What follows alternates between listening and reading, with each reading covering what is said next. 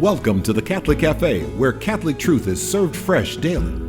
We've made you a reservation in the luxurious corner booth, so come on in and see what's on the menu today.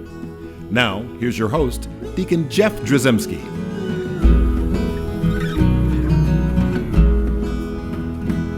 Greetings and welcome to the Catholic Café. I'm Deacon Jeff, sitting in the luxurious corner booth of the Catholic Café.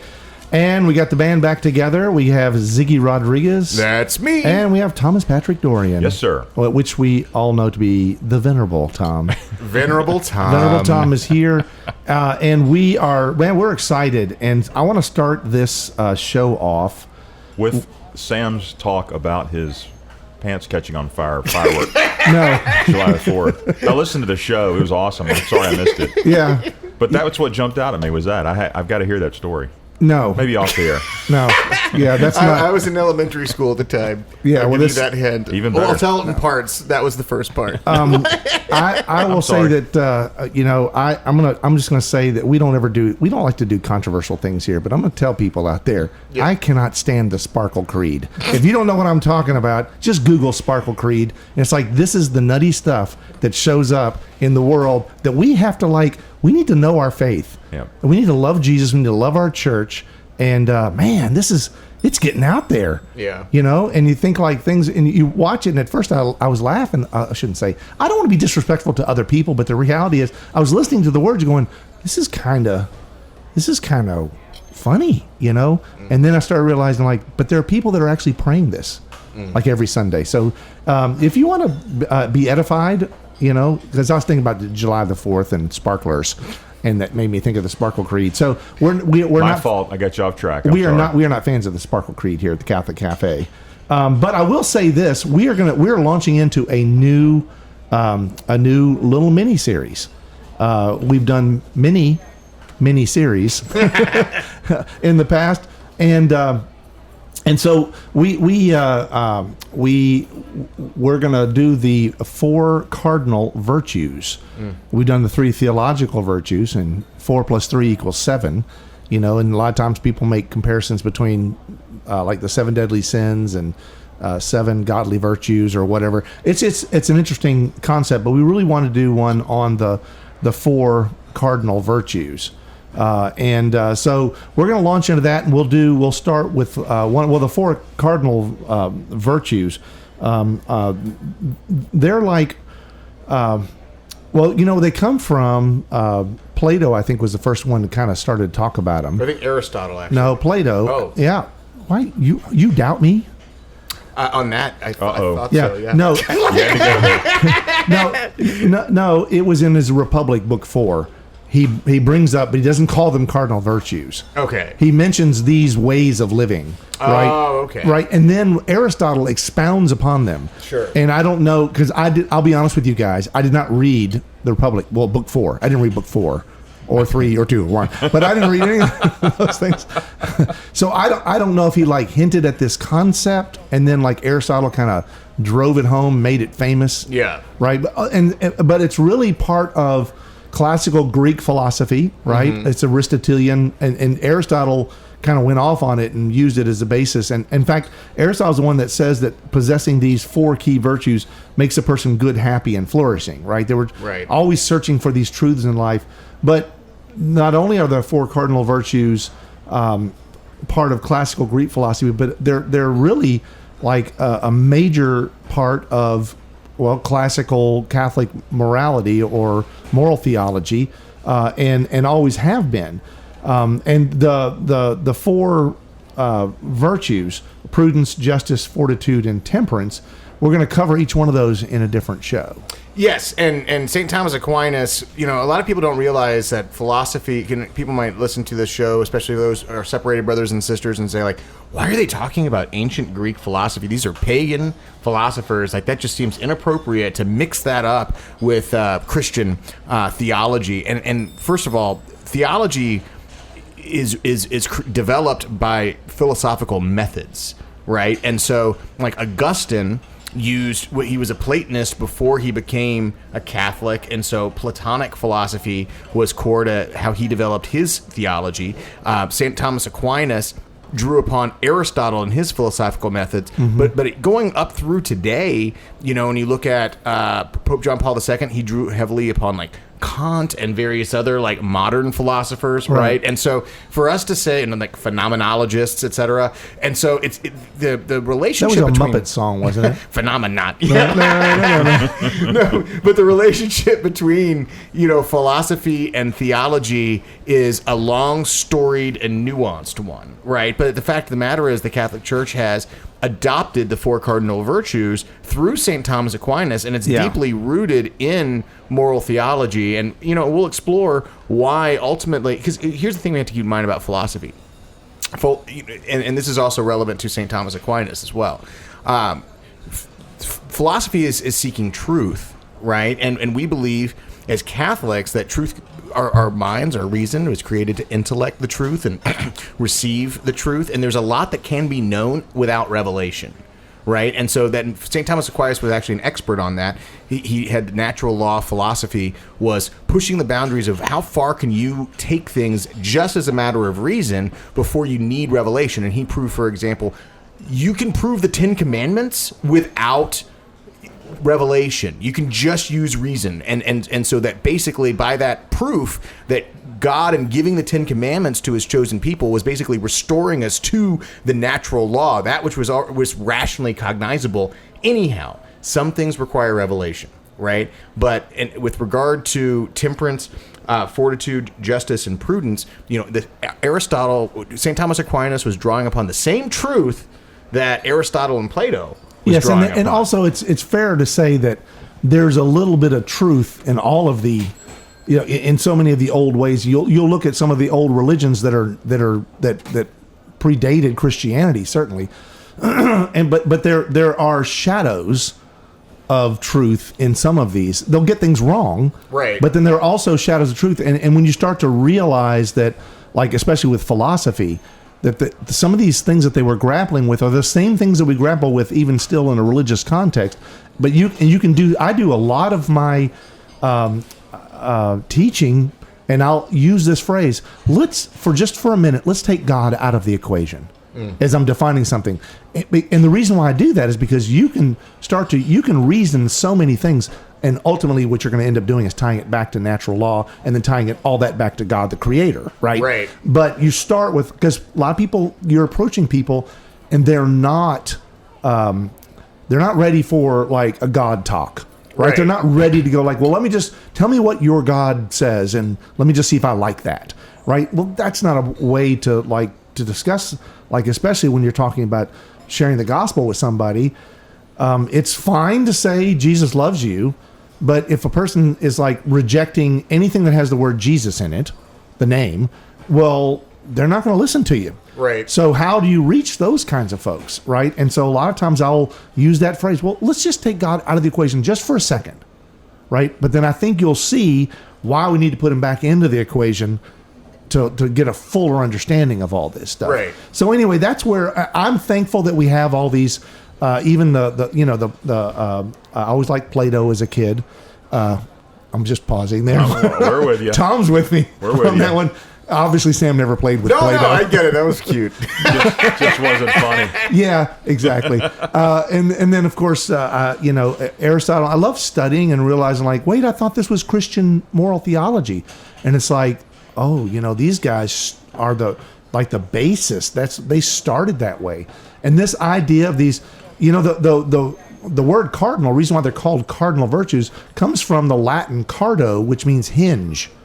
Like essentially the good, happy, flourishing life hinges on these virtues. Well, and one thing also, so we did a series on faith, hope, and charity, the theological virtues, and we made a big deal about the fact that the theological virtues are not acquired virtues. And we unpacked that a whole lot. You'll have to listen to the last series regarding that. The main thing to say is the theological virtues, one of the ways you distinguish them from the cardinal virtues, in addition to the fact that they're not acquired virtues, is that their object is God. Faith, hope, and charity, it's all completely ordered towards God. It's about God, and it's 100% from God. Like, you receive graces, and you have a capacity to receive grace, and the extent that you receive that grace is the extent that you have that virtue of faith, of hope, and charity. Whereas cardinal virtues they first of all, like they are acquired virtues, and so what that means is like thinking like we use this example in our faith, hope, and charity discussion. It's like exercising a muscle makes a muscle stronger. Like if you're working at temperance, if you're working at fortitude, if you're working at justice, if you're working at prudence, ultimately this is about habits of the soul, right? And you can grow in good habits, but to be clear, the grace is still infused for these virtues, for the cardinal virtues, right? So if you're in a state of grace, the grace to grow in all the virtues is infused in you, right? And in fact, when you like walk out of the confessional and you're in a state of grace, all virtue is infused within you in that state of grace when you've been reconciled completely to God. But a person without grace can still grow in acquired virtue. And the other thing to say is that, grace helps you grow in virtue, and it is only by grace that we can be perfected in virtue. I want to go back because that's a big line. A person without grace can still grow in acquired virtues. Because, I don't want to make it sound like, well, you mean like you can live a virtuous life without God? No. Well, ultimately, the grace is, it's good to have grace. Yes. Right? And good to have these acquired virtues and to acquire these virtues.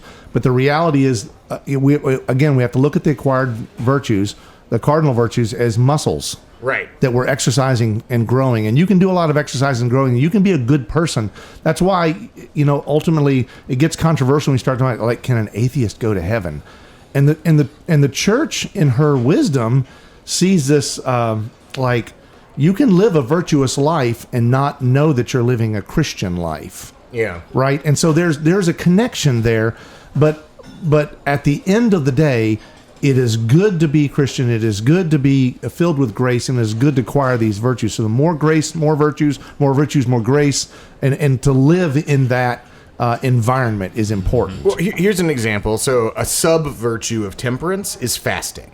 Right? And we all know intermittent fasting is very popular these days. A lot of people who have no connection to their faith life, they are fasting and they're growing in the capacity to practice fasting. That's right. But they are getting better at it as they go. But the object isn't God, and they're not relying upon grace. Now, the people who are choosing to grow in the virtue of fasting, in the Catholic sense, they are going to rely upon grace, that the graces that are infused in them, and they're going to be doing it not for like their own, the health aspects, the bodily benefits, that is a byproduct, but it's ordered towards God. I'm fasting, I'm making a sacrifice of my desires for God. And so if you're going to really be perfected in virtues, the virtues do need to be ordered towards God. I will say this, it's easy for a person who essentially is master of his domain. In other words, he's learned not to give into his vices, right? To fall into his desires, to give way to his bodily needs and desires, whether it's food or sex or power, whatever. It's like the person that even if he's not Christian, and he's learned to do that, once they start to understand, like when someone shares the gospel with them and they start to understand where those virtues are supposed to lead at the end of the day, and why, when they make us a better person and we receive the graces that even further inflames those virtues, they're ready at that point. Mm-hmm. Right? And you're right. You can fast and you can teach your body, like, well, I'm in control of my body. I can tell my body I don't need to eat, and it's good for me to like be hungry, and it's things like that. And you stop and think, it's like, man, can I just spend a few minutes with you now, talk about Jesus? Right. Because you can see the connection more fully now that you understand that. Because a lot of people struggle with receiving the gospel, because they're enslaved to their desires, mm-hmm. right? Well, and we need to get to that, because that's what temperance is all about. That's right. But before one thing I want to clarify is, some of us in Radio Land might be asking ourselves, if the grace for all virtues is infused in me when I walk out of confession in a state of grace, then why do I struggle? Why am I not like, why doesn't it not just take one confession or our baptism where all of a sudden, boom, we're virtuous? And so there's two reasons. The big reason is because we have vices that need to get rooted out. Okay, so virtues and vices, they're both habits of the soul. Virtues are good habits.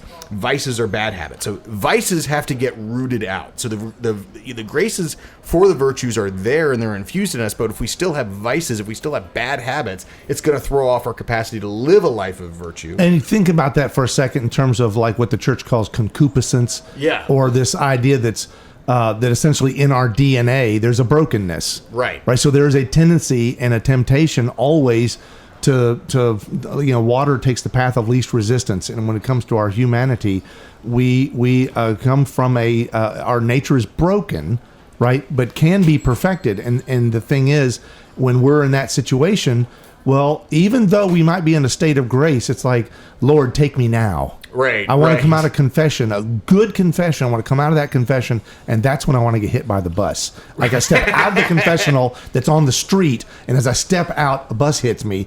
It's like, boom, straight to heaven, right? But if I get 2 steps past the bus, and it's like, oh man, I just sinned again. No, I'm just kidding. It's not that bad. But the point is, it's like you realize that like the temptation. The devil hates you more, right? when you go to confession, sure, and so works overtime trying to get you back into his camp, right? And so he plays upon our vices, and to get us to do that. And so the acquired virtue not only requires us to work to root out the vices, but it also requires us to work at building up the good habits as well. And so going back to what an acquired virtue is all about, it does require effort. It does require work and intentionality. But we should probably start talking about temperance itself. Since that's point. The show's supposed to be about temperance. So we had to do the intro stuff. Right. So temperance is the virtue that controls our yearnings for pleasure and delights that attract the human heart. There's some, if you go to good old Wikipedia, it's not always bad. It's pretty good sometimes. Yeah. And they basically tell us that temperance, other words for temperance, restraint, self-control, abstention, discretion, moderation. Right. Those are the kind of words that you might use.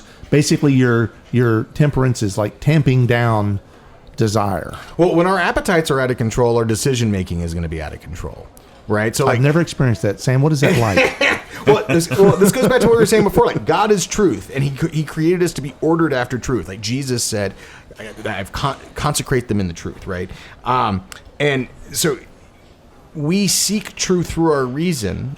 That's why we were given reason, and by that we're supposed to be subordinating our wills to reason. Right. And so. But if we have no temperance, then our appetites and our emotions and our impulses, they're all over the place, and so is our will. So how can we make a gift of our will to God if we can't control our own wills? And so that's why we need temperance. And we need to build that muscle. Yeah. Right? We need to work on that because obviously everything gets clouded, and or at least our vision, understanding, and relationship with God. Essentially, we're building a wall, right? When is there intemperance? What is it called? Immoderation or intemperance. Yeah. And so it's like essentially, I love it when I make up a word that turns out to be a word. Yeah, so that's awesome. But the point is, it obscures our vision of God in our lives when we don't control, when we give over ourselves. Right. Like when we lose self-control. Then we that's why I used the phrase enslaved. Yes. We become enslaved to our own desires, and that's not a good thing. And there's according to St. Thomas Aquinas, there's 2 sets of appetites that need to get moderated, right? There's the concupiscible appetites, which you made reference to earlier, but there's also the irascible appetites. So the concupiscible appetites, that's what we typically think of when we think of temperance, and that's pleasures, food, alcohol, things like that. But then irascible appetites, that's concerned with things like fear. Give us an example of what you'd like an irascible appetite. An irascible appetite, if you find yourself caught up in fear or caught up in anger or caught up in pride, those are all of those are examples of the irascible appetites getting the better of you. Yeah. So for me, I'm just going to put down driving. I'm going to put driving down as part of my irascible appetite problem. And so in both of those appetites, there's vices, right? And so, like, if we want to grow in virtue of temperance, like, we need to root out the vices that we have that are contrary to temperance. And so going to confession is a great way to do this, because that helps us get infused in those virtues. But we also have to work. We have to work for the virtue and be intentional about it, but also try to root out the vices. So maybe we can list off some vices that are contrary to temperance. And we got gluttony. This is not a full list, okay? But gluttony, drunkenness. Tom is going to round out the list. He's going to fill in the ones you missed. Right.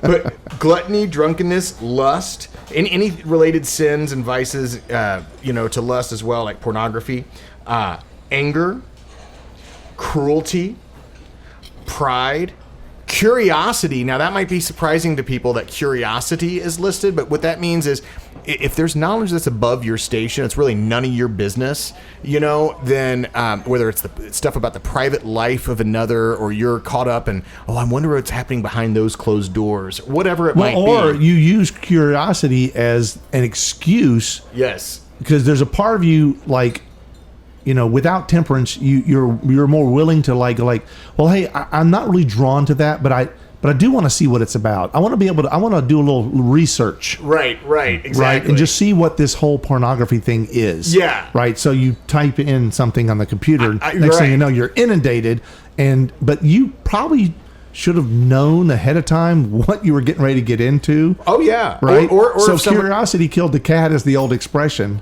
Right. Well, gateway stuff, like if you are going on Google or in the news and you're seeing someone's telling the lurid sex details of someone's life, we have no business hearing about this affair. Honestly, right, and it's a vice if we start saying, I want to read this, I want to learn. And that's what about this. That's what media preys on. Oh, they do. The news media and stuff. They are really, really good at telling you all those sordid details, or acting like, well, we don't want to get into the sordid details about this particular thing, but here's what happened. Right. And everyone's going like, but I'm tuning in because I want to know the sordid details. Well, it's rubbernecking going past an accident on the road. Yes. There's a part of you that wants to. What happened? That feels entitled. Yeah. Well, it's just like you, and that you get curious, and all of a sudden you start to realize that you're losing control of yourself. Yes. Now, I'm not saying that you're going to hell because you slowed down right at an accident to look to see, but the reality is we go too far with those kind of things sometimes, and it's not just about accidents; it's about anything in life. Well, and another look at that person over there and what they're wearing. That is ridiculous. Yes. Well, okay. Well, stop looking at them. Well, I can't now. Sorry. Right. And it's something where we need to exercise the temperance muscle. Right. Check ourselves and ask: is this really my business? Am I going to be edified by this in a meaningful way? And then another thing is immodesty. Is a vice under temperance, and a lot of people just associate immodesty with how women dress. That's typically the first thing that comes to mind, and that's not all that is included in modesty questions, but it's really how a person manages their externals. So also just. Are we just presenting? How are we presenting ourselves? Are we presenting ourselves externally in a way that is well ordered? It can also relate to our decorum, our etiquette, right? And in addition to how we dress and how we carry ourselves, but that's moderating one's externals is actually what modesty is all about. And failure to do that, just being sloppy, and not caring how you look, that is also a part of immodesty. Not caring about your appearances in any way, that's also a vice of immodesty. I made my bed this morning. I want everyone to know that. Is that bad? That I told everybody did I just ruin it? You're so funny. But so we have to. So I would say, pay attention to the various vices that we have to pay attention to the various vices that we might have, because we're all going to struggle with different parts of temperance, right? And then if we say we're going to root those things out, take them to confession, but also let's try and fast on those vices and say, man, this thing has control over me. I really need to work on rooting that out. And fasting is a great way to do it. And it can be fast specific to those vices, but also just general fasting as a practice can help you grow virtue and too. That's why, again, Mother Church in her wisdom presents us with an opportunity every year to fast. Right. Or to abstain. And these are opportunities that we have. Right. Well, exactly right. But at least we all know about Lent. Yeah. Right. And the Lenten fast. But you're right, Tom. There's Ember Days. There's all kinds of different times in the year in which the church says, it's probably better if you don't go hog wild today. It's Friday, it's a mini Good Friday, and so you're right. So temperance is something that not everybody gets excited about. It's not. It's also not easy, right? Especially if you're pretty far down the road, and we'll just say being used to it. So bad habits, when we don't know that they're bad, they probably are. I mean, we know when we have good habits because it bears good fruits, right? And so when we look in our life and when we're having problems or issues, you can start to realize I got some bad habits that I've just allowed to grow, and I need to work at. That's what I talk about mastering my domain. There's every once in a while I diet just because, right? And some of it's there's a side benefit of losing a little weight, but the reality is every once in a while I want to know that I can. I want to know that I still can control my appetite to that degree. And you know what? It's helpful to keep trying to do that, to work on that. And that works in so many levels. And so we're in the middle of these 4 cardinal virtues, the hinges that are going to make us good and happy and flourish, as Aristotle says, but also really that just bring us more in tune with Jesus Christ, what he did for us, and also what the church is helping us to do in our day-to-day lives. And so growing in these particular virtues, starting with temperance, is something that will make a big difference in your life. And trust me, you just have to watch television for about 5 minutes and realize that the world needs more temperance, right? We need a greater opportunity. And you know what? There's no better opportunity than having our mother help us along in the path to temperance and to tamp down some of these desires and temptations in life. And let's ask her to intercede. Hail Mary, full of grace, the Lord is with thee. Blessed art thou among women, and blessed is the fruit of thy womb, Jesus. Holy Mary, Mother of God, pray for us sinners, now and in the hour of our death. Amen. Thanks for listening to the Catholic Café. If you'd like to contact Deacon Jeff, send him an email at deaconjeff@thecatholiccafe.com. Visit us on the web at thecatholiccafe.com. You can also find us on iTunes or follow us on Facebook and Twitter. The Catholic Café is brought to you by the Order of Malta Federal Association. Join us again at the Catholic Café, serving up salvation one cup of coffee at a time.